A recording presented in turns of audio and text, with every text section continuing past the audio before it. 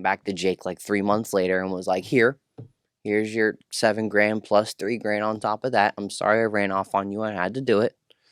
But I'm going to bring you into what I got going on. So this kid, crazy fucking kid, right? He started going back and forth to California, getting like 500, 600, 700 pounds of this light depth. What's that? The hell's light? Light depth is like they start the plane outdoors, but then they bring them indoors, which it causes them they can grow more of it at one time, right? To keep it simple. I'm not a grower. I'm friends with a lot of growers, but when you're indoor, you only have a certain amount of space. When you're outdoor, you can have tons and tons and acres, right? And if you set it up correctly enough, right, you can have certain plants cycling inside as they're going out and then more, right? So they kind of look like indoors, but they're outdoors kind of. It's like half and half. That's why they call them light depths, right? So he started bringing back a shit ton of those. So we leveled up from, 70, 80 pounds to now like 500, right? And then eventually he was bringing back 2,000, giving us like 800 pounds, yeah. 800 pounds of weed? 700 pounds, yeah, something like that, yeah. And you were selling 700 pounds of weed? So I became the oil guy pretty much. I was putting my guys on with like 20, 30 pounds here and there, 40 pounds here and there. But my main goal was to do what we were doing, right? That was the main profit. That was the free money. That was how we were getting rich. So eventually, he would give me like 200 pounds and I would run about 50 or 60 of them and make like 6 kilos like every 2 weeks, right? Which is, I don't know, you do the math, $35,000 times 6 kilos of pure profit. 70, 140, 280, 280. What is that then? I don't know. Yeah. So it would take me like a month to sell all the shit. Yeah. And then him and I would split it in half.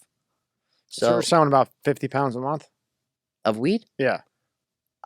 Me, I was selling, I would say closer to about 100 pounds a month. Yeah. Because I didn't really care about the weed anymore. I knew that this was the real money oil, weed, whatever. Oil, I was selling about 15 kilos of oil about a month, I would say, conservatively. We were making about 3 to 5 kilos a week. Now, why do you call it kilos and then pounds? Well, the pounds, I'm talking about weed. Okay. Right? When you turn the pounds into oil, it's considered by the gram. You don't really, we didn't do it by, because I had so much, I guess you could fucking say I call it, 1,000. I felt like a big shot, I guess, now because I'm moving 1,000 grams. Here's a key. You want a key or a key? All the rappers and shit used to say it. So now I wanted to fucking say it because I had it. Yo, what do you think he would get for 700 pounds of fucking weed? What if he went and picked up 700 pounds of weed? What do you think? I'll tell you. I know the guidelines. How much? Well, 3,000 pounds of weed. They were trying to put me at a level 30. That's not bad, really. Category 1. I never had a conviction. Minus the 3 levels for acceptance. It was like 70 to 87 months or something like that. That's not bad. Yeah, that's not a bad hit. Yeah, 700 though. That might be a little bit more than that. 700 pounds of the weed. I'm talking about the weed now. Yeah. Right. So we'll go into my indictment at the end. Yeah. But so the oil was my game, okay. Right? I told Jake, focus on the oil. Who really cares about the weed? Like, give me as much weed as you can. And we will then, run it all, mix it back in with what you have. So we would take like 50 out of the 200 and then put them in. And he'd give me another, 50 to mix in with the next 200. And he would get about between 500 to 700 pounds out of the 2,000 that was coming in. Damn. Yeah. Now, did you have, when you were making all this money, did you have family obligations? Like, were you taking care of your family, your mom, your dad, brothers, sisters? Yeah. I don't know. So we kind of jumped a little forward, but, when I was 20 and actually started, the weed and the oil and took it seriously, my dad lost his job at about 19 and foreclosed on our home. Oh. So it came from me just selling weed, to smoke a little bit to now this is like what I'm going to do. Right. And it took me a while to be able to take care of anybody because, the little bits of profit and stuff that we were making were just, so I could help my mom a little bit. My dad kind of moved on from my mom and, lived a different life and, still was, old school man taking care of my mom as much as he could, but he didn't have a job. So, I took it a little more serious because they're both asking me for money and trying to, get things back together. Do they know what you're doing? So they didn't, but they're like, Something ain't right. something ain't right, But they needed the fucking money, but we right? need the shit, Yeah. you know? And I don't blame them. I really don't. I would do the same thing, so, you know, that's how it got a little more serious for me mentally. That's what turned me into okay, I'm just gonna take this whole thing over by any means necessary. That's what it really was. And the niche that I created with this kid just helped me level up, making 30, 40 grand a week in my pocket, you know. Now, what do you think separated you from everybody else? Well, for one, the niche. I don't think anybody really was, and the connect. I mean, considering that Jake got more weed than anybody I've ever seen, and he trusted me with more than anybody I've ever seen, right? I mean, my tabs with him at one point in time were like $600,000, what I owed him, you know, and a lot of it was profit, but a lot of it was for weed on the street for my guys. So, we ran a $1 million operation at a young age, and nobody really knew what to do with the money and shit. The Russian kid was definitely smarter than us. He was older. Jake was smarter than me. He was older and a little more disciplined. I was just a nut job, pretty much. Like, that was me. You Right. know, I feel like I came up with the plan. I'm the reason that we're getting rich, and like, we're just going to keep getting rich. And, we went from making like $400 off a pound to making $2,500 off a pound. That's game changing money, especially when you're getting hundreds of them. And So, you're in your early 20s at the time, too. So, I mean, 21, yeah, yeah. 21, yeah, and this lasted until I was 23, consistently, yeah.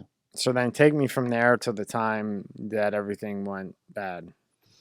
Well, that's like, it got crazy with the money. So, just like, and it's not really a lot of money, but to a 21-year-old kid, it was a good chunk of change, right? For 30 grand a week, conservatively saying. Um, I would just go to Miami. Jupiter's a very small town, and I wanted to break free, right? I didn't travel much. Like, my dad and my mom would take me on soccer tournaments. I played pretty high level of soccer my whole life. I set a lot of records at my high school. I, continued to try and play travel soccer. I played Olympic development program, and then I eventually tried to, try out for the U20 men's national team. I got cut. I got cut in the second round. I had 103 fever, and I just couldn't perform. It's the opportunity of a lifetime. I literally tell my girlfriend all the time right now, like, that would have changed my life making that team. If we didn't have bad luck, we'd have no luck. It's true, bro. So it's like, that would have changed my life, definitely. And then I went on to play college soccer, you know, and yeah, I don't know. It changed. Everything changed from them. I dropped out of college and took this shit super seriously. But I mean, So, okay, to yeah, answer your question, when did it get super serious, you said, as yeah, far as... super serious, and then you get popped. Yeah, so when I dropped out of college, I knew I didn't need my teacher anymore to teach me how to make money. And we're stuck in this town, Jupiter. I'm like, I need to explore, get the fuck out of here. Like, everything I've ever done is here. Jupiter, Jupiter, Jupiter. So, I actually called this guy one day. I was looking on Craigslist. I didn't even have a fucking debit card or a bank account at the time, just stacks of cash. And I saw this guy on Craigslist. He's like, cash, accepted for limousines. So I called all my buddies, all my girlfriends, whatever, and we were like, hey, I'm getting this fucking limo. We're going down to Miami to go, whatever, eat dinner and do this shit. So I got this limo. I met this guy named Gino, and he lived literally right down the street, which was crazy. It said Miami Rentals, but he's like, I live in Jupiter. I'm like, oh, fuck, I live in Jupiter. He's like, yeah, the limo's down there, but it's coming back to my house. And literally, I remember, I was like, damn, I used to see this guy's limo fucking parked down the street all the time. So I got cool with him, and he'd have a driver take us down there. We'd go to the Miami Meat Market, and we'd go to Club Live and whatever, and we'd go crazy down there. So one day we took the limo maybe about 2 or 3 times, and then one day this dude Gino, man, he was a fucking crazy Italian nut too, but he introduced me to another even crazier Italian Russian guy. He's like, hey, my partner's getting out of jail, and he wants to meet you. So I was like, okay. So we go down there, and I pull up down there in Miami, and he pulls up to the hotel we were staying at. We were staying at the W at the time, South Beach. And he pulls up, and he's like, hey, you're Vinny? I heard a lot about you, man, blah, blah, blah. You know, thanks for keeping my business afloat. This guy just got out of jail, I guess, right? So he's like, thanks for keeping my business afloat, man. You know, you and you're welcome whenever to take any of the limos. But if you want to drive some heavy shit, I got heavy shit. And I was like, well, I don't even know what this guy fucking means by that. What does that mean? You know? And he's like, I got Lamborghinis, Bentleys, Ferraris, Porsches. I'm 21. I'm obsessed with cars. I was like, all right. Yeah. Fucking, you show me where they're at. So he's like, okay, fucking, I'll come pick you up tomorrow. So when we all checked out of the hotel, they took the limousine. I went with him to the warehouse to check it out, and I had a bunch of cash on me, and obviously I took a fucking Lambo right from the warehouse at that point, right then. So, yeah, that's how it started. Was that the beginning of the end? That was the beginning of the end, meeting that fucking guy. And why is that? Yeah, well, he turned out to be a confidential informant for the feds, man. So the guy living down the street from you with the limo company. Not him, his partner he introduced me to. Did the guy that... They were partners in this exotic car rental thing. This guy was a New York bred, Miami bred, wild nutcase. Did he know that the other guy was a CI? I don't know, bro. I have no idea if he knew that or not. I always wanted to call him and ask him, like, when I got home, like, did you know he was a fucking psycho confidential informant, bro? You know, but nah, I stopped dealing with Gino because obviously I knew this guy was in charge of everything. Gino was just running shit for him while he was gone. And this was the Russian guy that had just gotten out of jail. Well, he was a Russian-Italian guy. Russian-Italian guy. Yeah. Right? Yeah. Okay. He later introduced me to an even crazier Russian guy. Okay. So yeah. now take me from there how this ends. Yeah. Okay, I'm just making I'll sure. fucking hurt you, Raiden. One day we'll play. Yeah. Well, I'll order a cheap one off eBay. We'll play. You can come over to my house. I'll tell you what. We're going to do this for the fans. Skinny Vinny on the beat. Skinny Vinny. Vinny Diesel. Tommy Let's go. Guns. Tommy Guns producer. About to show him what the fuck I got. Hey. If I want it, I cop it. Don't blink and I either. Boss of my city, got John Gotti fever. Take it to the tropics, I could take it to Geneva. Put you in that Maserati, take you out the Kia. Seats all red in Ferrari, so they blushing. You can take a look, girl. Please don't get to touching. Homeboys with me, Italian and Russian. Used to run them packs up the east coast of Flushing. Say, Vinny, you wildin'? You feel kinda Hawaiian? Cause I be on the beach writing this rap, not even trying. I be on another level. Medusa head on me. Got it? Helicopter on the roof waiting for the pickup. Couple guns in my coupe in case you try to stick up. Same friends for 20 years, proof that I don't switch up.